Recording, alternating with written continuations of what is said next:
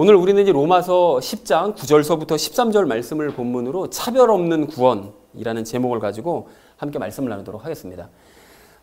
우리는 그 지난주에 그 레위기와 그 신명기서 말씀, 그 지난주 본문 말씀이 그 구약 성경 말씀을 인용한 내용이었는데요. 그 레위기와 신명기 말씀을 나누면서 오직 말씀이신 예수님과 연합해야만 그 말씀들을 지킬 수 있다. 그 유대인들은 자꾸 행해서 그 율법들을 지키려고 하지만 그 예수님과 연합하는 것 외에는 답이 없다. 라는 얘기를 지난주에 함께 나눴습니다. 그래서 관련된 이야기 세 가지를 지난주에 함께 나눴었거든요. 그 첫 번째 나눴던 이야기가 무엇이었을까요?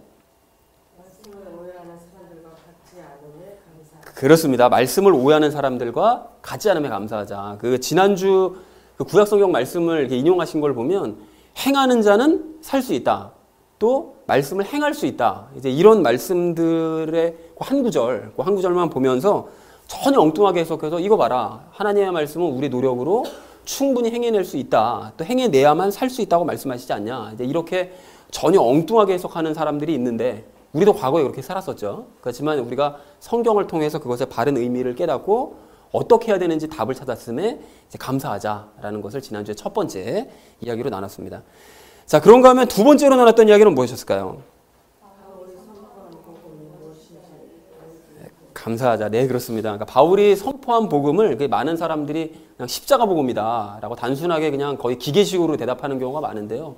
사실은 바울이 십자가만 전하러 다녔으면 복음 받아들였을 사람이 아마 아무도 없었을 것입니다. 그래서 우리가 그 앞뒤 내용과 바울이 그 믿음의 복음이라는 얘기를 했었던 것과 그동안 얘기했던 것을 종합해 봤을 때 바울이 전했던 복음은 연합의 복음, 또 이제 믿음의 복음이었다라는 사실을 우리가 확인을 했었죠. 그래서 우리는 성경에서 말씀하시는 그 복음 위에 바르게 서 있고 또 2000년 전에 전했던 그 복음이 사실은 지금도 우리가 그대로 배우고 있는 상황이다라는 사실을 깨달았으면 이제 감사하자. 그러니까 그걸 또 깨달았다면 실천해 나가자라는 이야기를 두 번째로 나눴습니다. 자, 그런가 하면 마지막 세 번째로 나눴던 이야기는 무엇이었을까요? 그렇습니다. 말씀이 행해지는지 확인하자고 그랬습니다. 우리가 예수님과 연합하면 말씀을 행할 수 있다라고 이제 신명기서 말씀에서 분명하게 말씀하셨는데 그러면 우리가 예수님과 연합한 게 맞다면 그러면 당연히 이제 말씀이 행해져야 되는데 정말로 행해지는가? 삶을 한번 돌아보자라고 하면서 이제 제 삶을 예를 들어서 지난주에 말씀드렸는데요. 그러니까 있어야 될 것을 아신다라는 그런 말씀을 붙잡고 행했더니 모든 일들이 다 평안하게 진행져 가더라라는 얘기를 하면서 이 말씀과 설교 준비하는 이 모든 것들이 다 힘들고 어려운 상황에서도 해결해 주시는 마음의 여유를 갖게 되는 그런 역사가 일어나더라라는 얘기를 지난주에 우리가 함께 나눴습니다. 그래서 사랑하는 우리 나눔 있는 교회 성도님들 모두는 말씀이신 예수님과 연합하셨음을 늘 인식하셔서 말씀이 입에서 떠나지 않고 또 마음에 새겨지는 이 역사가 늘 일어나게 되시기를 소망을 합니다. 그리고 또한 바울이 전한 이 복음을 여러분 이제 아셨으니까요. 이거 확실하다는 사실을 이제 아셨으니까 이걸 잘 계승하시고 말씀이 이제 실천되어져 가는 저와 여러분 되어지시기를 다시 한번 주님의 이름으로 간절히 축원을 드립니다. 자, 지난 시간 말씀과 이제 먼저 연결지어서 오늘 말씀을 먼저 생각해 보려고 하는데요. 지난주에 어떤 얘기를 나눴는가 하면 종합해 보자면 하나님께서는 믿음으로 말씀과 연합하고 또 믿음으로 그 말씀을 지켜내는 삶을 옳다고 말씀하신다. 그러니까 유대인들은 이 사실을 알지 못해서 자기의 힘과 노력으로 열심히 이제 말씀을 지켜내려고 노력하지만 사실 하나님께서는 그것을 원하시는 것이 아니라 레위기와 신명기 말씀에서 그 미리 예언하셨던 것처럼 말씀과 연합해야 너희가 그 믿음으로 그 말씀들을 이제 지켜내는 삶을 살아갈 수 있다. 그것을 하나님께서 옳다고 말씀하신 것이고 또 바울이 전했던 복음도 바로 이것이었다라는 얘기를 지난주에 나눴었죠. 자, 그런가 하면 이제 오늘 그 나눌 말씀은 이렇게 이제 예수님 믿는 자, 그러니까 예수님을 믿어서 말씀과 연합한 그 사람은 누구든지 차별 없이 구원을 받을 수 있다. 말씀을 지켜낼 뿐만이 아니라 당연히 구원도 받는다라는 얘기를 이제 오늘 말씀에서 하고 계십니다. 자, 그래서 오늘 말씀을 우리가 좀 한 절씩 살펴보려고 하는데요. 먼저 9절 말씀을 함께 읽도록 하겠습니다. 시작. 내가 만일 내 입으로 주 예수님을 시인하고 하나님께서 그분을 죽은 자들로부터 살리신 것을 내 마음속으로 믿으면 구원을 받으리니 라고 말씀을 하시는데요. 여러분 여기 이제 굉장히 유명한 구절이죠. 유명한 구절인데 여기 여러분 이 두 가지 구원을 받는다는 이 조건으로 마치 전체적으로 쓰게 보시면 구원을 받는 데는 두 가지 조건이 있구나. 입으로 주 예수님을 시인하고 마음속으로 믿어야 되는구나 라고 이제 생각하실 수가 있습니다. 그래서 실제로 구원의 조건을 이제 두 가지라고 생각해서 각각의 의미를 부여하면서 설명하는 경우들이 종종 있어요. 목사님들이 설명할 때 입으로 주 예수님을 시인해야만 한다. 입에서 그것이 이제 내가 예수님 믿는다라는 말을 고백을 해야만 한다. 그리고 마음속으로 진짜로 믿어야 된다. 뭐 이런 식으로 이제 설명들을 하시는데 사실은 그것이 아닙니다. 각자가 따로 의미가 있는 것이 아니고요. 의미가 아니라 영과 죄와의 관계를 우리는 알기 때문에 그 내부적으로 어떤 일이 일어나는지 아는 우리는 이것이 근본적으로 같은 의미라는 것을 안다는 것이죠. 이게 무슨 소린가 하면 여러분 가령 예를 들어서 마음속으로 믿는다는 것은 우리가 믿으면 죄된 마음이 우리 안에 있던 그 죄가 그 영 안에 있던 그 죄가 분리되죠. 분리돼서 떨어져 나간다는 사실을 우리가 알고 있습니다. 그래서 그렇게 믿는 사람은 당연히 구원을 받습니다. 그러니까 그렇게 죄와 분리되고 예수님과 이제 연합을 하기 때문에 그 이후로 믿으면 마음으로 믿으면 구원을 받는 것은 뭐 당연한 그런 일이라는 것이죠. 그리고 또 한 가지, 이 위에 있는 입으로 예수님을 시인한다는 것은 그렇게 이제 예수님과 연합해서 마음이 예수님으로 가득 찬 사람, 그러니까 마음에 가득한 것을 당연히 또 우리 입으로 말하게 될 수밖에 없다고 예수님께서 말씀하셨잖아요. 그러니까 예수님과 연합해서 마음이 예수님으로 가득 찬 사람은 그 마음에 가득한 것을 입 밖으로 낼 수밖에 없기 때문에 그러니까 당연히 마땅히 예수님을 입으로 시인할 수밖에 없다는 거예요. 저절로 나올 수밖에 없다는 거죠. 그러니까 이걸 뭐 억지로 보통들 설명하는 것처럼 마음으로 진짜 믿어야 되고 입으로 반드시 고백을 해야 된다. 이거 안 하더라도 자동적으로 입으로 고백이 나올 수밖에 없다는 것이죠. 그러니까 이 원리를 너무나 이제 잘 알고 있다는 것입니다. 자, 그래서 이렇게 이걸 전체적으로 이제 통합해서 보시면요. 믿음으로 죄와 이제 분리가 되고 또 예수님과 연합을 해서 마음에 가득한 그 예수님을 입으로 시인하는 사람, 그렇게 시인하는 사람은 마땅히 구원을 받을 수밖에 없다라는 것이 이 본문 전체의 내용이라는 것입니다. 이 한 줄의 구절의 내용이라는 것이죠. 자, 그러므로 우리가 알 수 있는 것, 뭐 보통 이걸 따로따로 설명을 하지만 예수님을 입으로 시인하는 것이나 또 예수님의 부활을 마음으로 믿는 것이나 구원을 받는 것이나 사실은 다 같은 의미다라는 것을, 비슷한 의미고 다 같은 의미다라는 사실을 우리가 확인을 하실 수가 있겠습니다. 자, 그래서 전체 의미를 보면 이렇게 이제 정리해 볼 수가 있겠는데요. 네가 만일 예수님을 입으로 시인하고 하나님께서 예수님을 부활시키셨음을 마음으로 믿는다면 너는 구원을 받을 거다라는 것이 9절의 의미입니다. 자, 그런가 하면 이어진 10절 말씀 우리 좀 함께 읽을까요? 시작. 사람이 마음으로 믿어 의에 이르고 입으로 시인하여 구원에 이르느니라 라고 되어 있는데 이거는 앞에 있는 9절 말씀의 이제 요약입니다. 요약해서 정의를 내린 건데요.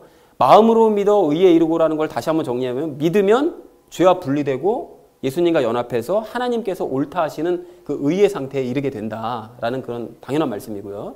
또 입으로 시인하여 구원에 이른다는 것은 그리고 그들은 연합한 예수님을 그렇게 예수님을 입으로 시인할 수 마음으로 믿은 사람은 그래서 예수님과 연합한 사람은 입으로 당연히 시인하기 때문에 마땅히 구원을 받을 수밖에 없다라는 너무나 당연한 그런 말씀입니다. 자, 그래서 전체 의미를 보자면 이렇게 정리할 수 있겠는데요. 사람이 마음으로 믿고 입으로 시인하면 의에 이르고 결국은 구원을 받을 수밖에 없다라는 당연한 말씀을 이제 10절에서 하고 계십니다. 자, 그런가 하면 이어진 11절 말씀을 좀 우리 함께 읽겠습니다. 시작. 또 성경 기록이 이르기를 누구든지 그분을 믿는 자는 부끄러움을 당하지 아니하리라 하나니라고 되어 있는데요. 여러분 여기서 성경 기록이 이르기를이라고 되어 있는 걸 보면 당연히 이게 어디선가 이제 그 성경 말씀을 인용한 구절인데요. 근데 이 말씀이 어디선가 좀 보셨던 것 같은 느낌이 좀 드셔야 됩니다. 이거 언제 봤던 거죠? 봤었던 거였거든요. 몇 주 전에. 이사야서 28장 16절 말씀입니다. 그러니까 지난 로마서 9장 33절 말씀을 설명할 때 그때 인용했던 구절이었는데요. 이걸 보시면 아마 기억이 나실 거예요. 그러므로 주 하나님이 이같이 말하노라. 보라 내가 한 돌을 시온에 두어 기초로 삼으리니 곧 단련한 돌이요 보배로운 모퉁이 돌이며 견고한 기초로다. 믿는 자는 다급하지 아니하리로다. 기억나시죠? 그러니까 이 말씀이 이사야서 28장 16절 말씀인데 이게 이제 예수님께서 오셨을 때 유대인들이 믿지 않은 그 유대인들을 설명할 때 이 구절을 가지고 이제 설명을 했었단 말이죠. 지난 9장 33절에서. 그래서 이 구절을 말씀하시는데 누구든지라고 되어 있는 이 누구든지는 구원은 유대인들에게만 허락된 것이거나 또는 예정된 자들에게만 허락된 것이거나 또는 특정 교단이나 어떤 단체에게만 허락된 것이 아닙니다.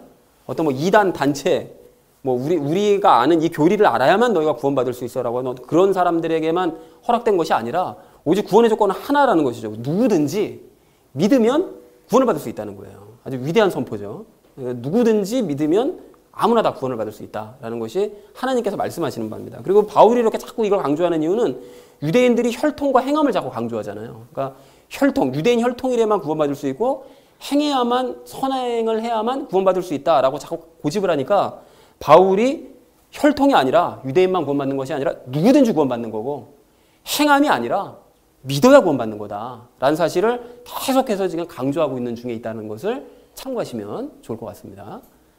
자, 그리고 이게 부끄러움을 당하지 않는다라는 것은 아까 전에 그 다급하지 아니하리로다라는 것과 이제 같은 의미라고 그랬는데요. 그러니까 마지막 심판 때 부끄러움을 당하지 않는다는 것은 구원받지 못한다라는 의미라고 먼저 번에도 말씀을 드렸죠. 그러니까 믿는 자는 구원을 못 받지 아니하리라니까 당연히 구원을 받는다라는 이제 그런 의미라는 것을 확인하시면 좋을 것 같습니다.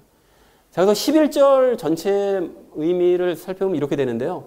이사야 29장에서는 누구든지 반석이신 그분을 믿는 자가 구원을 받을 것이라고 말씀하신다. 그러니까 구약 성경에서도 말씀하시기를 예수님을 믿는 자들은 구원을 받을 수 있다라고 분명하게 말씀하신다라고 바울이 얘기하더라는 것이죠.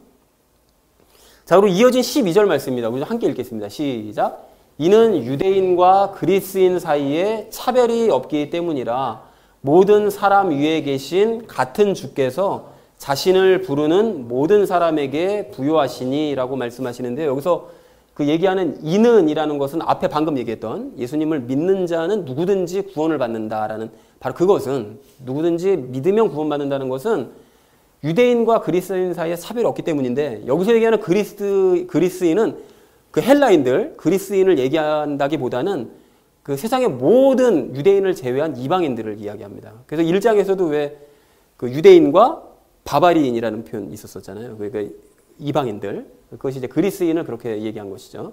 그래서 그리스인이라는 것이 이방인들 전체를 의미하는 것이고요.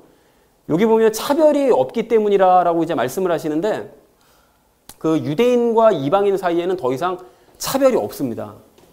과거에는 그러니까 유대인들이 예수님을 거부하기 전까지는 그때는 선민으로서의 자격이 있긴 있었어요. 하나님께서 마지막까지 소망을 품어주셨으니까. 그리고 필요에 의해서 어쩔 수 없이 구별이 된 부분이 있었습니다. 그러니까 유대인들을 먼저 선택하셨기 때문에 걔네들에게 먼저 기적을 베풀어 주시고 하나님께서 그들에게 더 친밀하게 다가가시고 예수님도 그들에게 먼저 보여주시고 이런 어떤 필요에 의한 그 구별이 존재할 수밖에 없었지만 그렇지만 얘네들이 예수님을 거부해버렸기 때문에 그 이후로는 이제 더 이상 이런 차별이 존재하지를 않는다는 거예요. 여러분 이게 너무나 중요한 얘기입니다. 유대인과 이방인은 이제 더 이상 차별 없이 오직 믿는 자들만 구원하기로 하나님께서 아예 못을 박으셨습니다. 더 이상 차별이 없습니다. 자, 그리고 모든 사람 위에 계신이라고 그 말씀하시는데 모든 사람 위에 계신다는 건 당연히 뭐 하늘에 계신다라는 거죠. 모든 사람 위에 계시니까요. 근데 여기서 잠깐 여러분 참고로 한번 생각해 보실 게 있는데 왜 공중 권세 잡은 자라는 표현 있잖아요. 그 아시죠? 공중 권세 잡은 그 통치자라는 그 말씀이 성경에 나오는데 그러다 보니까 사람들이 그 공중 권세 잡은 통치자가 누구죠? 사탄이죠, 사탄. 사탄인데 공중 권세라는 것은 공중이라는 것은 하늘이잖아요. 그러니까 하늘의 권세를 잡은 통치자. 그러니까 사탄이 하늘의 권세를 잡고 있다라고 보통 이제 많은 사람들이 생각을 한단 말이죠. 자, 그렇다면 사람들 위에는 하나님이 계시는 겁니까? 사탄이 있는 겁니까? 아니면 둘이 공존합니까? 하나님과 사탄이? 뭘까요? 자, 여러분 그래서 이거를 또 그림으로 제가 좀 표현을 해봤는데요. 좀 명확하게 아시라고. 하나님이 하늘에 계시죠.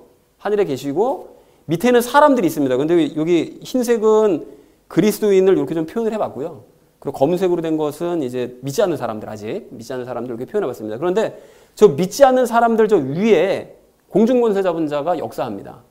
저 사람들 위에, 그 하늘 위에, 그런 사람들 그 머리 위에 사탄이 역사한다는 걸 어떻게 할 수 있는가 하면 에베소서 2장 2절 말씀을 보시면 알 수가 있는데요. 공중권세 잡은 통치자, 그 사탄이 그 지금 불순종의 자녀들 가운데서 활동한다고 말씀하세요. 그러니까 불순종하는, 그러니까 믿지 않는 사람들 가운데서 활동하는, 그리고 그들 위에서 활동하는, 그들 위에 공중권세를 잡은, 그러니까 전체 세상 모든 하늘을 다 권세 잡고 있다는 뜻이 아니라 보통 이렇게들 많이 알고 있는데 잘못 알고 있는데 그들 위에 권세를 잡고 있는 사탄이 그렇게 잡고 있다는 거죠. 그리고 이들 모두, 그러니까 믿는 자들이나 믿지 않는 자들 그 모든 사람들 위에는 당연히 하나님께서 계시는 거죠. 그래서 모든 사람 위에 계시니라고 바울이 얘기를 하는 것입니다. 근데 다만 이 공중권세 잡은 자들은 아무래도 요 요 공중권세자분자 그 아래 영향력에 있는 사람들은 하나님의 영광이 가려질 수는 있겠죠. 그렇다고 해서 이 사람들이 전부 다 하나님을 아예 느끼지 못하는 거냐? 그렇지는 않습니다. 왜냐하면 1장에서도 말씀드렸던 것처럼 그 마음 안에 하나님을 알만한 것이 있기 때문에 하나님께서 계속 기회를 주시고 하면 이 공중권세자분자 아래에 있었던 사람들도 하나님을 믿게 되는 역사가 일어나게 되는 거죠. 그러니까 우리도 그런 경험이 다 있고요. 그래서 이렇게 이제 그림을 정리하시면 그 공중권세자분자 사탄도 당연히 잽이 안 되죠. 하나님과 공존하는 것이 아니라 당연히 하나님의 발 아래에 있을 수밖에 없다라는 사실을 확실하게 아셨으면 좋겠습니다. 자, 그리고 자신을 부르는 이라고 되어져 있는데요. 자신을 부른다는 것은 구원을 받기 위해 예수님을 부르는, 구원을 정말 받고 싶어서 예수님을 이제 믿고 막 부르는 바로 그 사람들, 그 모든 사람에게 라고 말씀하시는데, 유대인이든 이방이든 차별 없이 당신을 부르는 그 모든 사람에게 부여하시다라는 것은 넘치는 은혜와 구원을 베풀어 주신다. 그러니까 구원을 받기 위해서, 받고 싶어서 하나님을 간절하게 찾는 자들, 그런 자들은 하나님께서 은혜와 구원을 베풀어 주신다라는 것이 12절 말씀의 내용입니다. 그래서 전체적인 의미를 정리해보면 이렇게 정리할 수 있는데요. 유대인과 이방인 사이에는 차별이 없다. 너무 중요한 얘기고요. 모든 사람 위에 계시는 하나님께서는 당신을 부르는 모든 사람에게 똑같이 풍성한 은혜와 구원을 베풀어 주신다. 그것이 유대인이 됐든 이방인이 됐든 이제는 당신을 믿는 모든 자들에게 아낌없이 구원의 은혜를 베풀어 주신다. 뭐 따로 특별히 구원의 방법이 따로 존재하는 것이 아니라는 것이죠. 자, 그런가 하면 이제 마지막 13절 말씀을 우리 좀 함께 읽겠습니다. 시작. 누구든지 주의 이름을 부르는 자는 구원을 받으리라 라고 말씀하시는데요. 뭐 전체를 요약한 말씀이자 아주 위대한 선포죠. 우리 아동부 그 친구들 그 찬양에도 누구든지 주의 이름을 부르는 자는 뭐 이런 찬양이 있는데 구원을 받습니다. 누구든지 주의 이름을 부르는 자는 구원을 받습니다. 자, 그래서 전체 의미는 너무나 당연하게도 누구든지 예수님을 믿고 예수님을 부르는 자는 구원을 받을 수밖에 없다라는 것이 13절 말씀 전체의 내용입니다. 자, 그래서 이 모든 것들을 각각의 절의 내용을 아셨다면 본문을 총정리를 이렇게 할 수 있는데요. 예수님의 부활을 마음으로 믿고 입으로 시인하면 그 사람은 의에 이르고 구원을 받을 수 있다라고 말씀을 9절 10절에서 말씀하셨고요. 그리고 구약 성경에서도 예수님을 믿는 자는 누구든지 구원을 받는다라고 말씀을 하셨다. 그 과거에도 이미 그건 예언이 된 내용이다라고 11절에서 말씀하시고요.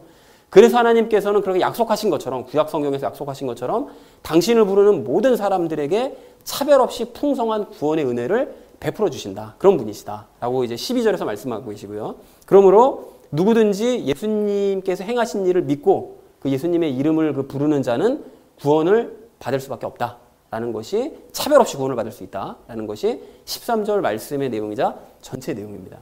자, 그래서 오늘 결론을 이제 이렇게 맺을 수가 있겠는데요. 구원받을 사람과 조건은 따로 정해져 있지 않다. 그러니까 구원받을 종족이 따로 있는 것이 아니고 또 구원을 받을 수 있는 어떤 조건이 따로 있는 것이 아니다. 그러니까 이방인들은 믿어야 되고 유대인들은 믿지 않아도 구원받는다. 이런 게 따로 존재하는 것이 아니다. 절대 그렇지 않다라고 말씀하고 계시고요. 오직 예수님을 믿는 사람, 바로 그 사람이 누구든지 구원을 받는다. 예외 없이 누구에게나 이건 공평한 원칙이다. 라는 것이 오늘 전체의 결론이겠습니다. 전부 다 이해가 되셨죠? 자, 그래서 이걸 이해를 하셨다면 이제 나머지 이야기를 우리 삶 가운데 적용을 하면서 이야기를 나누도록 그렇게 하겠습니다. 구원받을 사람과 조건이 따로 정해져 있지 않다라는 사실을 이제 확인한 우리가 오늘 이제 첫 번째로 먼저 나눌 이야기는 믿어야 구원을 받는다라는 것입니다. 여러분 오늘 11절 말씀을 좀 다시 한번 보십시오. 여러분 11절 말씀 보시면 뭐라고 되어 있죠? 또 성경 기록이 이르기를 누구든지 그분을 믿는 자는 부끄러움을 당하지 아니하리라 하나니 이렇게 말씀하세요. 그러니까 이게 또 구약 성경 말씀이거든요. 그러니까 구약 시대 때부터 지금까지 이건 영원한 진리의 말씀이라는 것입니다. 즉 예수님을 믿는 사람은 마지막 심판의 날 결단코 부끄러움을 당하지 않고 모두가 구원을 받을 수 있다. 이것은 아예 그냥 정해진 원칙이라는 거예요. 자, 그런데도 이제 어떤 사람들은 야 믿기만 한다고 해서 어떻게 구원을 받냐. 행함이 있어야 된다. 행함도 없이 믿기만 한다고 해서 구원받는다는 것은 다 거짓말이다. 이제 이렇게 주장하는 사람들이 있거든요. 그런데 이제 그 사람들이 모르는 게 뭐냐면 믿으면 행함은 저절로 따라오게 되어져 있는 거죠. 그 원칙을 몰라요, 그런 사람들은. 그러니까 눈에 보이는 행함이 있어야 된다고 뭐 이런 식으로 행함을 먼저 강조하는데 그렇게 이제 믿음보다 행위를 먼저 강조하는 이제 그런 사람들은 그 우리가 그동안 나눠왔던 것처럼 믿지 않는 그런 유대인들이 똑같은 얘기 했었잖아요. 그러니까 그런 유대인들처럼 마지막 날 이제 부끄러움을 당할 수밖에 없을 것입니다. 자, 그래서 여러분 지난 시간과 바울의 그 마지막 말도 여러분 한번 생각해 보시면 바울이 8절에서 무엇을 전했다고 얘기했죠? 자기는 행함의 복음을 전한 것이 아니고 무엇을죠? 믿음의 복음, 믿음의 말씀을 전했다라고 그렇게 얘기를 합니다. 그러니까 구원은 오직 믿어야만 받을 수 있다라고 아주 바울이 분명하게 그것이 복음이라는 거예요. 그러니까 행함의 복음은 과거 그 고린도 교인들을 미혹했었던 그 거짓 교사들이 예수를 믿어야 되는데 믿기만 하자고서 구원 못 받는다. 행해야 된다라고 자꾸 거짓말했었다고 그랬었잖아요. 그러니까 그렇게 얘기하는 복음은 거짓 복음이라는 거죠. 갈라디아에서 말씀하시는 것처럼 그런 복음은 저주받을 복음, 그러니까 가짜 복음이라고 분명하게 말씀하시더라는 것입니다. 그래서 바울이 이렇게 거듭거듭 강조하는 것처럼 저도 감히 거듭거듭 강조드립니다. 여러분, 구원의 복음은 다른 것이 아닌 오직 믿음의 복음입니다. 다른 것이 없습니다. 여러분, 우리가 지금 그 유대인의 구원과 관련돼서 이제 9장서부터 11장까지 걸쳐서 지금 나누고 있는데요. 제가 9장을 처음 시작할 때도 말씀을 드렸던 것처럼 구원의 조건은 세상의 모든 사람들이요. 즉 유대인이든 이방인이든 아주 옛날 사람이든 현대 사람이든 모두에게 다 예외가 없다고 그랬습니다. 그 조건이 뭐라고 그랬는가 하면 그것은 오직 믿음이라고 그랬었죠. 믿음. 그래서 예를 들었었던 사람이 아담이었었잖아요. 그 아담은 첫 번째 하나님께서 창조하신 인물이니까 좀 특수성을 가지고 있고 또 예수님 시대 이전의 사람이니까 그 사람은 뭐 예수님 알지도 못했는데 그럼 구원을 받았어 못 받았어 뭐 이렇게 따지는 경우가 있는데 그 아담도 구원을 받을 수 있는 조건은 오직 믿음이라고 그랬죠. 그러니까 아담이 에덴 동산에서 쫓겨났던 이유는 하나님의 말씀을 믿지 않았기 때문에 쫓겨난 것이었습니다. 하나님께서 선악과 그거 너 먼저 그거 먹으면 너 죽어. 그런데 그 말씀을 안 믿고 그냥 먹었다가 그냥 결국 죽게 되고 쫓겨나게 된 거죠. 그런데 만약 아담이 그 이후로도 하나님의 말씀을 계속해서 믿지 않으면서 살았다.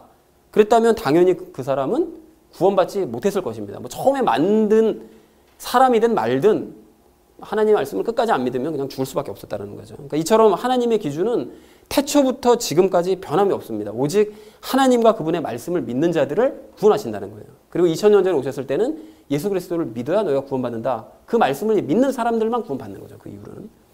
자, 그래서 여러분 그 지난주 29장 말씀을 제가 이렇게 잠깐 설명을 드릴 때도 이렇게 말씀하신 거 여러분 기억하시나요? 그러니까 하나님께서 이스라엘 백성들을 쫓아내셨던 그 이유는 그들이 율법을 지키지 않았기 때문에 쫓아내신 것이 아니라고 그랬죠. 그러면 뭐라고 그랬습니까? 그들이 하나님을 믿지 않고 우상을 섬겼기 때문에, 그러니까 하나님을 믿는 그 믿음을 버렸기 때문에, 믿지 않았기 때문에 그들이 쫓겨난 것이라고 말씀을 드렸습니다. 그러니까 에덴 동산에서 쫓겨난 거하고 원리가 똑같아요. 하나님을 믿지 않았기 때문에 에덴 동산에서 쫓겨나고 가나안 땅에서 쫓겨난 것입니다. 자, 그러니까 이렇게 유대인들은 하나님을 믿지 않았다가 쫓겨났고 최종적으로는 하나님께서 보내신 예수님마저 믿지 않고 거부했기 때문에 나라도 망해버릴 수밖에 없었더라는 거죠. 그래서 하나님께서는 이제 최종적인 기회를 열어두시고 그들에게 예수님을 믿으라고 이제 마지막 기회를 주고 계시는데 유대인들이 그것마저도 끝끝내 거부한다. 그럼 그들은 뭐 영원히 구원에서 떨어질 수밖에 없습니다. 그것이 뭐 그들이 선민이었든 말든 뭐 이런 건 상관없이 그냥 끝까지 하나님께서 주시는 믿음의 기회 거부하면 끝일 수밖에 없다는 거죠. 근데 이거는 유대인들뿐만이 아닙니다. 세상의 모든 사람들도 아무리 뭐 행위가 올바르고 사람들에게 칭찬받고 위대한 업적을 쌓아서 존경을 받은 그런 사람이라 할지라도 하나님께서 말씀하신 이 복음의 말씀이요. 예수님께서 행하신 이 일들을 듣고도 전혀 못 들었다. 자기는 복음의 어떤 복음을 받아들일 기회가 전혀 없었었다면 하나님께서 뭐 다른 조치를 취할지 모르겠지만 그런 말씀들을 듣고도 믿지 않는다 그러면 그 사람은 구원받을 수가 없다라는 것이죠. 자, 그러니까 결론. 하나님께서는 믿는 자들을 그 누구든지 기뻐하시고 차별 없이 구원을 하시지만 유대인들처럼 하나님과 그분의 말씀을 믿기를 거부하는 사람들은 그 누구든지 차별 없이 미워하시고 그들을 구원하지 않으신다는 것입니다. 아주 명료한 거예요. 구원의 원칙은. 그래서 사랑하는 우리 나눔 믿는 교회 성도님들 모두는 믿어야만 죄와 분리되고 예수님과 연합해서 영생을 얻을 수 있다는 사실을 뭐 다 아시는 줄로 그렇게 믿습니다. 그렇다면 이걸 아시는 우리 모두가 이 믿음을, 이러한 믿음을 거부하는 사람들에게 바른 복음을 전달해가는 저와 여러분 되어주시기를 주님의 이름으로 간절히 축원을 드립니다. 자, 구원받을 사람과 조건이 따로 정해져 있지 않음을 확인한 우리가 오늘 두 번째로 나눌 이야기는 무엇을 믿어야 되는지 다시 한번 확인하자라는 것입니다. 여러분 오늘 9절 말씀을 좀 다시 한번 좀 보십시오. 바울이 뭘 믿어야 구원을 받는다고 얘기하죠? 하나님께서 그분을 죽은 자들로부터 살리신 것을 내 마음속으로 믿으면 구원받는다고 얘기하잖아요. 근데 여러분 그러면 좀 이상하지 않습니까? 우리가 이제까지 이 배우기로는 예수님께서 행하신 3가지를 믿어야 그래야 구원을 받는다고 배웠잖아요. 그런데 오늘 바울이 9절에서 말하는 걸 보니까 딱 한 가지. 하나님께서 죽으신 예수님을 살리신 것을 믿으면 구원받는다고 말하더라는 것이죠. 그러면 우리가 그동안 배워왔었던 구원의 조건과 이게 다른 것 같은데 그러면 우리가 그동안 잘못 배웠던 거 아닌가? 이런 생각이 좀 들지 않으시냐는 것입니다. 근데 이런 얘기를 들으시면서 정말이네, 큰일 났네, 이렇게 생각하시면 안 되죠. 의심하면서 헷갈려 하시면 안 됩니다. 여러분, 우리가 9절 말씀을 그래서 좀 잘 분석을 해보실 필요가 있는데요. 9절 말씀이 한 가지를 말씀하고 있는 것 같지만 사실 그 말씀을 분석을 해보면 그동안 우리가 나눠왔던 3가지 사항들이 다 포함되어 있다는 사실을 발견할 수가 있습니다. 즉 9절에서 예수님이 죽으셨다고 말씀하시죠. 먼저 죽으셨다고 말씀하시는데 예수님이 왜 죽으셨죠? 예수님이 왜 죽으셨습니까?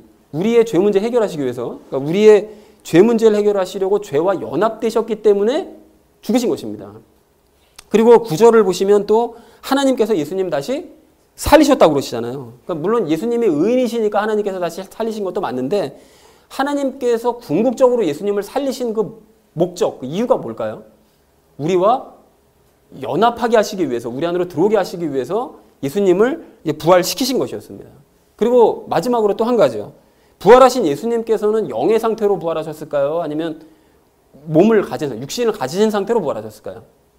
당연히 육신을 가지신 상태로 부활하셨습니다. 그래서 누가복음 말씀을 보면 그 먹을 것 좀 갖고 와봐라 이렇게 말씀하시잖아요. 그래서 직접 먹는 것을 보여주신단 말이에요. 영은 못 먹지만, 살과 뼈가 없지만 나는 있다. 그리고 우리 먹지 않냐라는 걸 증명해 보여주시죠. 그러니까 육신을 가진 상태로 부활하셨고 예수님께서 입으셨던 바로 그 신령한 육신, 그 제자들이 모여있는 방 한가운데로 갑자기 나타나시고 하는 것은 벽을 뚫고 막 나타나시고 이러신 거잖아요. 공간의 제약을 받으시지 않는 그 신령한 육신을 우리도 장차 입게 될 그 육신이라는 것을 미리 보여주신 거죠.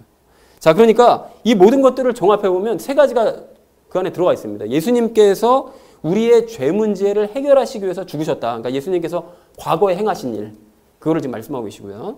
그리고 또 부활하신 예수님은 우리와 지금 연합해서 현재 우리와 연합해서 살고 계신다라는 얘기를 하고 계시고요.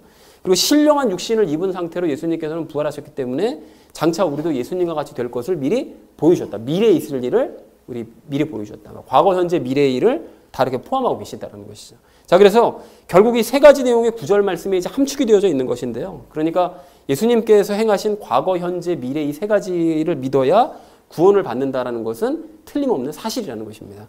사랑하는 우리 나눔 믿는 교회 성도님들 모두는 믿으시되 무엇을 믿어야 되는지를 여러분 다시 한번 확인하시고 성경의 모든 내용들은 앞뒤 모순도 한치의 어긋남도 없다는 사실을 여러분 재확인하셔서 더욱 굳건한 믿음 위에 서시는 저와 여러분 되어주시기를 주님의 이름으로 간절히 축원을 드립니다. 자, 구원받을 사람과 조건이 따로 정해져 있지 않음을 확인한 우리가 오늘 마지막 3번째로 나눌 이야기는 하나님 앞에 차별은 없다라는 것입니다. 여러분 오늘 11절 말씀을 보십시오. 11절 말씀 보시면 누구든지 그분을 믿는 자는 부끄러움을 당하지 않는다 라고 말씀하세요. 그리고 12절 말씀도 보시면 결정적으로 뭐라고 말씀하시죠? 유대인과 이방인 사이에 차별은 없다 라고 아주 분명하게 선포하세요. 그리고 13절 말씀도 보시면 마지막으로 다시 한번 강조하시죠.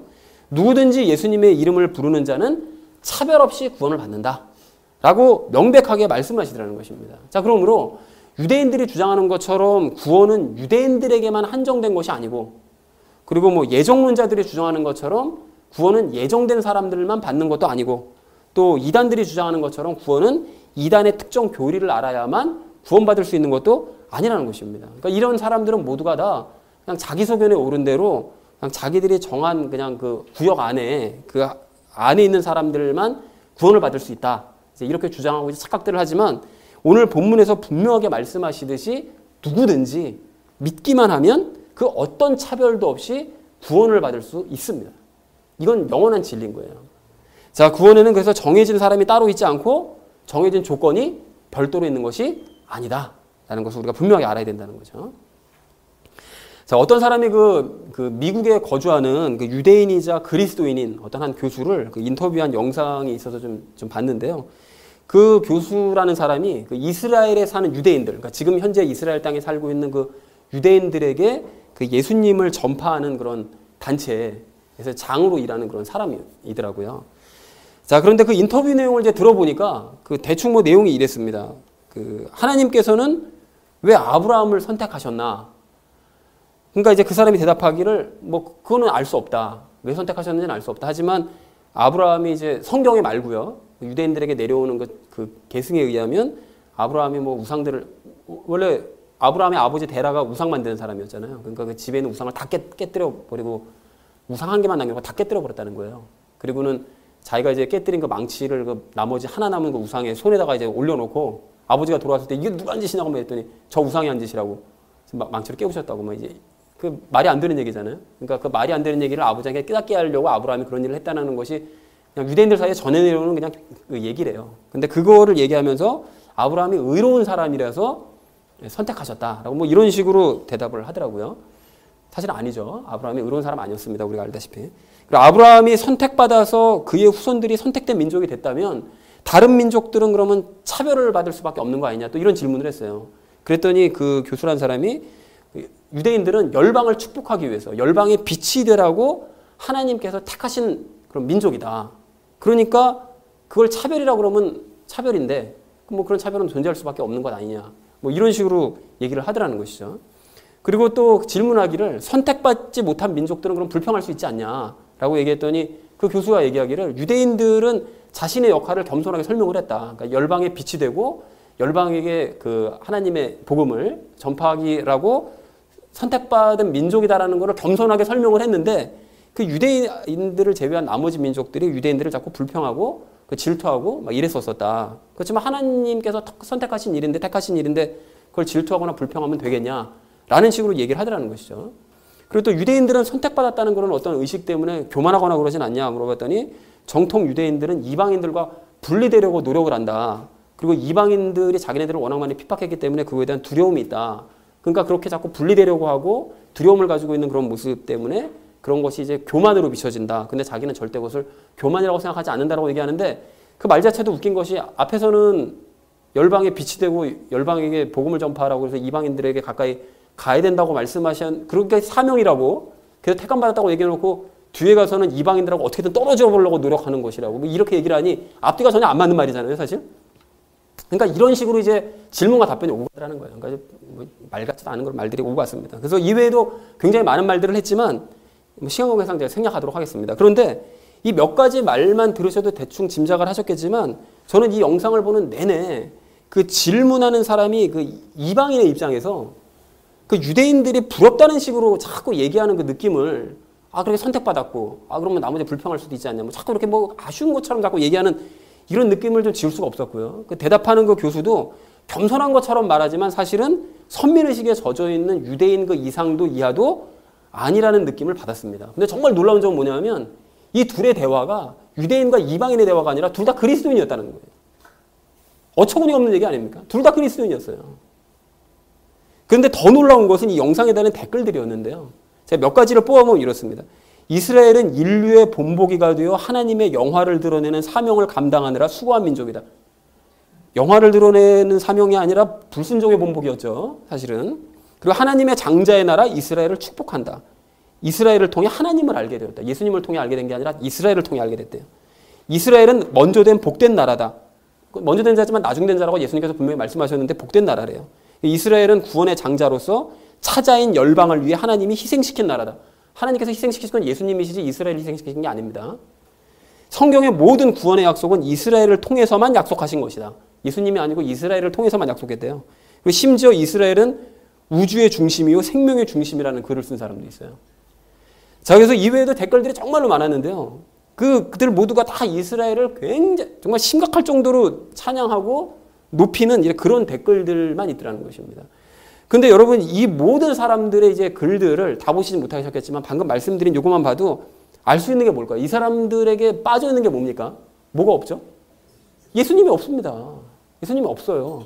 그러니까 놀랍게도 이 모든 사람들이 다 예수님을 믿는다고 하는 그리스도인들이거든요. 유대인들이 거기 댓글 단 게 아니에요. 그리스도인들이 댓글 달고 있더라는 거죠. 근데 그리스도인들인데 정작 그들의 말에 예수님은 없더라는 것입니다. 그러니까 지난주에 예수님과 연합한 사람은 어떻다고 그랬었죠? 예수님과 연합한, 말씀이신 예수님과 연합한 사람은 그 입과 마음에 말씀이 이제 넘쳐난다 라고 분명하게 말씀하셨는데 그랬다면 이들의 말에는 그 글에는 당연히 예수님이 가득했어야 될 텐데 전혀 그렇지 않고 오직 그 입에서는 유대인 이스라엘, 이스라엘. 그러니까 이것만 넘치더라는 거예요. 근데 이런 사람들이 유대인들에게 예수님을 전하는 사명을 감당하겠다고 하니 그런 단체에서 일하는 사람들이거든요. 그런다고 하니 미안한 얘기지만 이게 정말 웃기는 얘기 아닙니까? 여러분 오늘 12절에서 분명하게 말씀하시기를 이제 더 이상 유대인과 이방인들에게는 차별이 없대요. 그리고 예수님께서는 오직 당신을 부르는 모든 사람들에게 부유하시다.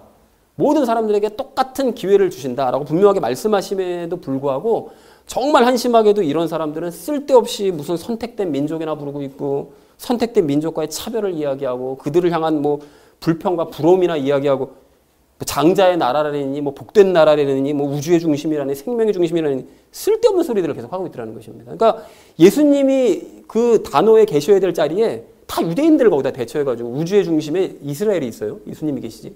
다 이런 식으로 얘기를 하더라는 것입니다. 그러므로 무엇을 알 수 있는가 하면 이들 모두는 과거 유대인들과 똑같이 성경 지식에 기반하지 않은 열심들을 내고 있는 사람들이고 말씀이신 예수님과 연합하지 못한 사람들이라는 것입니다. 그러니까 말씀을 보고도 전혀 그 말씀이 무슨 뜻인지 이해하지도 못하고 예수님이 아닌 유대인이라는 단어가 그 입에서 넘치더라는 것이죠. 그래서 우리 성도님들 모두는 오늘 12절 말씀을 여러분 분명히 기억하시기 바랍니다. 모든 사람 위에 계신 하나님께서는 악한 세력 아래에 머물러 있는 사람에게조차도 차별 없이 부여하십니다. 즉 하나님께서는 모든 사람들이 다 예수님을 믿을 수 있도록 많은 기회와 은혜를 똑같이 부어주시는 분이시라는 거예요. 그래서 우리도 구원을 받을 수 있었다는 것이죠. 그러나 그렇게 차별 없이 부여하신 우리 하나님의 뜻을 외면한 채 여전히 구약시대 마인드에서 벗어나지 못한 상태로 주의 이름이 아닌 이스라엘이나 유대인이나 부르면서 차별이나 논하는 이런 사람들은 절대로 구원받을 수 없다는 것입니다. 마찬가지로 주의 이름이 아닌 뭐 예정이나 외치고 14만 4천이나 외치고 이런 사람들 역시 절대로 구원받을 수 없는 거죠. 그래서 사랑하는 우리 나눔 있는 교회 성도님들 모두는 예수님을 부르는 모든 사람들에게 차별 없이 은혜와 구원의 기회를 주시는 부여하게 주시는 우리 하나님을 기억하시고 감사하시기 바랍니다. 그리고 하나님 아래에 믿는 모든 사람들은 더 이상 차별이 존재하지 않고 예외적인 구원의 조건도 절대 있을 수 없다라는 사실을 분명히 기억하시는 저 여러분 되어지시기를 주님의 이름으로 간절히 축원을 드립니다. 자, 이제 한 가지 이야기만 더 하고 말씀을 마치려고 하는데요. 지난 수요 성경 공부 시간에도 제가 잠깐 말씀을 드렸는데 지난 일주일 동안 지난주 그 마지막 8절 말씀 그 마지막 부분이요. 바울이 선포했다는 그 믿음의 말씀, 그 말씀이 계속 제 마음에서 맴돌았습니다. 여러분 이게 왜 자꾸 그렇게 맴이 돌았는가 하면요. 바울이 선포했다는 그 믿음의 복음이 무엇인지 분명하게 아는 우리잖아요. 그게 무슨 뜻인지 우리가 알고 있어요. 두리뭉실하게 알고 있는 것이 아니라 그것이 연합의 복음을 말씀하겠구나. 이걸 분명하게 알고 있고요. 또 그 위에 굳건하게 서 있다고 자부하는 우리 아닙니까? 그래서 우리는 하나님의 의가 무엇인지, 자기의 의가 무엇인지, 율법의 끝마침이 무엇인지 등을 잘 이해를 하고 있고 또 오늘 본문 말씀도요. 마음으로 믿는다는 것이 도대체 무슨 뜻이고 또 입으로 시인한다는 것이 무슨 뜻인지 그것이 같은 의미라는 것 또한 너무나 잘 알고 있습니다. 또한 우리는 우리 안에 영, 혼, 육의 구조도 잘 이해해서 믿음이 정말로 중요하다는 사실도 너무나 잘 알고 있다는 것이죠. 자, 그런데 이렇게 잘 아는 믿음이 정작 우리 삶 가운데 잘 발휘가 되고 있나? 이제 이런 생각 때문에 그 믿음이라는 그 말씀이 일주일 동안 계속해서 제 안에서 이제 맴돌더라는 것입니다. 그리고 무엇보다 이 믿음이 이제 삶 가운데 적용되는 문제 때문에 제가 좀 더 그랬던 것 같은데요. 이게 무슨 소린가 하면요. 보통 많은 사람들이 이제 믿음하면 이제 어떤 믿음을 생각하는가 하면 내가 원하는 대로 이루어지는 것을 믿음이라고 생각해요. 그래서 내가 병에 걸렸었는데 간절하게 그걸 믿었더니 병이 나았다. 그러면 참 믿음이 좋다. 그러니까 그것이 믿음이다라고 이제 생각하는데 사실은 그게 믿음이 아니라고 그랬죠. 성경에서 말씀하시는 믿음은 두 가지라고 했습니다. 어떤 믿음입니까? 구원 얻는 예수님을 믿는 믿음, 그 믿음 한 가지하고 구원 얻은 이후에 가져야 될 믿음, 그러니까 모든 일들은 다 예수님께서 이루어 주실 것을 믿는 그 예수님의 믿음, 그 두 가지만이 그 믿음입니다. 성경에서 말씀하시는. 그런데 예수님께서 대신해서 이루어 주실 것이라는 이 예수님의 믿음을 우리가 삶 가운데 적용을 할 때, 이때가 이제 중요한데요. 삶 가운데 적용을 할 때 혹시 무의식 중에 내가 원하는 것을 예수님께서 대신 이루어 주실 것을 믿는 믿음이라고 혹시 생각하는 것은 아닐까라는 생각이 들더라는 거예요. 그러니까 예수님의 믿음은 사실은 어쩔 때 발휘가 되어야 되는 것인가 하면 예수님을 우리가 닮아가는데 사용되어져야 될 믿음임에도 불구하고 복음을 잘 알고 있다고 하는 우리가 사실은 저부터가 예수님을 닮는 것에는 크게 관심을 두기보다 그냥 믿음에 대해 잘못 알고 있었던 그 과거의 모습 그냥 그대로 내가 원하는 것을 예수님께서 대신 이루어 주실 것만 기대하면서 살고 있는 것은 아닐까? 라는 생각이 자꾸 이 안에서 자꾸 맴돌더라는 거예요. 여러분은 어떠십니까? 여러분 어떻게 생각하세요? 그런 의미에서 여러분 우리가 좀 생각해 봐야 될 것이 있는데요. 복음서 말씀을 이렇게 잘 보시잖아요. 복음서 말씀을 보시면 예수님께서 많은 사람들의 병 고쳐주시고 귀신 쫓아내주시고 기적 일으키시고 막 이렇게 하시잖아요. 그런데 그런 와중에 그런 일들을 하신 와중에 모든 사람에게 다 그러신 건 아니고 몇몇 사람들에게 공통적으로 하셨던 말씀이 있어요. 그 병을 고치시거나 어떤 기적을 일으키시고 난 다음에 그 몇몇 사람들에게 공통적으로 하셨던 말씀인데 그것이 무엇일까요? 내 믿음이 너를 구원하였다. 이런 말씀을 이제 간혹 어떤 사람들에게 하신단 말씀이시죠. 그래서 그런 사람들을 이제 오늘 대개 가서 보시면 뭐 바디메오라든지 아니면 그 10명의 한센병자 중에서 이방인 한센병자 중에서 돌아왔던 그 한 사람이라든지 아니면은 그 예수님께 향유 부었던 그 여인이 2명이거든요.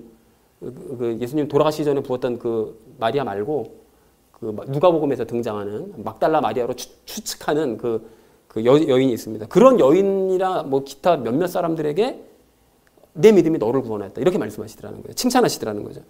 자, 그래서 이 말씀을 우리가 좀 주목할 필요가 있는데요. 그러니까 보통 사람들은 이 말씀을 이제 이해하기를 그 사람들이 예수님께서 자기 문제를 잘 해결해 주실 것을 믿었기 때문에 네 믿음이 너의 뭐 병을 고치겠다, 너를 낫게 했다, 또는 뭐 구원했다. 이렇게 이해하는 경향들이 있지만 오늘 댁에 가셔서 여러분 복음서를 한번 잘 보십시오. 여러분 보시면 예수님께서는 그들이 문제 해결을 잘해 주실 것을 믿었기 때문에 그들을 칭찬하신 것이 아니라 먼저 그들이 예수님을 메시아로 하나님의 아들로 믿는 믿음을 먼저 가졌기 때문에 그들에게 구원을 약속을 해주시고 문제 해결은 덤으로 선물로 주셨다는 사실을 발견할 수가 있어요. 그래서 바디메오 같은 경우도 뭐라고 외치는가 하면 다윗의 아들 예수요. 그러니까 구원자라고 믿은 거예요. 그러니까 약속된 그 메시아라고 믿은 거예요. 먼저. 그래서 고백을 하죠. 그리고 10명의 한센병자도 다 제사장한테 가서 자기 병든 몸을 고쳐진 몸을 보여주러 갔지만 한 사람은 돌아왔을 때 예수님께서 뭐라고 칭찬하시는가 하면 메시아인 걸 믿은 거예요. 하나님의 아들인 걸 믿었기 때문에 자기가 돌아와서 경배 올리려고 돌아왔기 때문에 그걸 칭찬하셨거든요. 그리고 향유 부었던 바로 그 여인도 그냥 아무 말도 못하고 울기만 해요. 그분이 하나님의 아들이시라는 걸 깨달았기 때문에. 이제 그런 사람들에게 그렇게 칭찬하시고 구원을 약속해 주시고 선물로 병도 고쳐주시고 기적도 베풀어 주시더라는 거죠. 근데 대부분의 많은 사람들은 이렇게 이제 복음서를 볼 때마다 칭찬받았던 이런 사람들처럼 그 예수님의 메시아라는 그런 본질에 주목하기보다는 그들이 문제 해결을 받았다. 문제 해결을 받았어. 오랫동안 가지고 있었던 그 문제 해결을 받았다. 여기 이런 부수적인 것들에만 집중하기 때문에 예수님의 말씀을 잘못 해석하기 때문에 나도 어떻게 하면 문제 해결을 받아볼 수 있을까? 나도 어떻게 하면 문제 해결을 받아볼 수 있는 그 믿음을 가질 수 있을까? 이런 가짜 믿음에만 주목하더라는 것입니다. 그래서 그런 사람들을 예수님께서는 어떻게 하셨죠? 문제 해결을 받으려는 사람들을 어떻게 하셨는가 하면 떠나버리시잖아요. 그래서 한국교회도 예수님께서 많은 교회에서 떠나신 거예요. 문제 해결만 받아보려고 열심히 노력들을 하니까. 그런 믿음만 가지려고 하니까. 그러니까 예수님께서는 인생 문제라는 그 중차대한 문제마저도 내려놓고 일단 예수님이 하나님의 아들 되심을 인정하고 믿은 바로 그 사람들. 그런 사람들의 그 믿음에 주목하시고 그 믿음을 칭찬하시고 그래서 그들에게 문제 해결이라는 선물도 덤으로 주시더라는 것입니다. 그러니까 마찬가지라는 거죠, 여러분. 우리가 예수님을 믿는 그 세 가지 믿음이 무엇인지 정말 중요한 원리를 우리가 깨닫고 그리고 또한 구원받은 이후로 가져야 될 그 예수님의 믿음이 무엇인지를 우리가 알게 돼서 바울이 전했던 믿음이 이것이로구나. 바울이 전했던 복음이 우리가 지금 알고 있는 복음과 똑같은 것이로구나. 이거를 분명하게 알았다면 그렇게 복음의 본질을 잘 이해하고 있는 우리라면 우리는 주변적인 것, 부수적인 이런 문제 해결을 위한 믿음에만 매달려서는 안 된다는 것입니다. 즉 예수님께서 병 낫게 해주실 것, 내 병을 낫게 해주실 것을 믿고 예수님께서 돈 문제 해결해 주실 것을 믿고 예수님께서 가정 문제를 해결해 주실 것을 믿고 예수님께서 직업 문제를 해결해 주실 것을 믿는 것과 같은 그런 부수적인 주변적인 믿음에 매달리면 안 된다는 것이죠. 물론 그런 문제들이 중요하지 않다는 뜻은 아닙니다. 그런 것들이 다 중요한 현실 문제일 수 있겠죠. 그러나 복음서에서 칭찬받았던 그 신앙의 선배들이 일단은 자신의 현실 문제조차도 다 내려놓고 그리고 일단은 예수님이라는 그 본질, 저분이 과연 누구인가? 이 본질에만 먼저 주목을 했던 것처럼 우리도 우리가 가진 현실 문제를 일단은 내려놓고 우리가 예수님과 나와 하나 되어 있다는 이 본질에 먼저 우리가 주목을 하고 그리고 연합하신 예수님을 닮아가는 것에 가장 큰 관심을 가지고 예수님께서 그 일을 이루어 가실 것을 믿는 이 믿음을 가져야 된다는 것입니다. 이것이 우리가 가져야 될 진짜 믿음이라는 거예요. 그래서 예수님을 내가 닮을 수만 있다면 예수님께서 그 일을 이루어 가실 것을 내가 믿어지기만 한다면 병이 안 났더라도 상관없고 돈 문제가 해결이 좀 안 되더라도 상관없고 가정 문제와 직업 문제가 좀 뒤늦게 해결되더라도 괜찮다.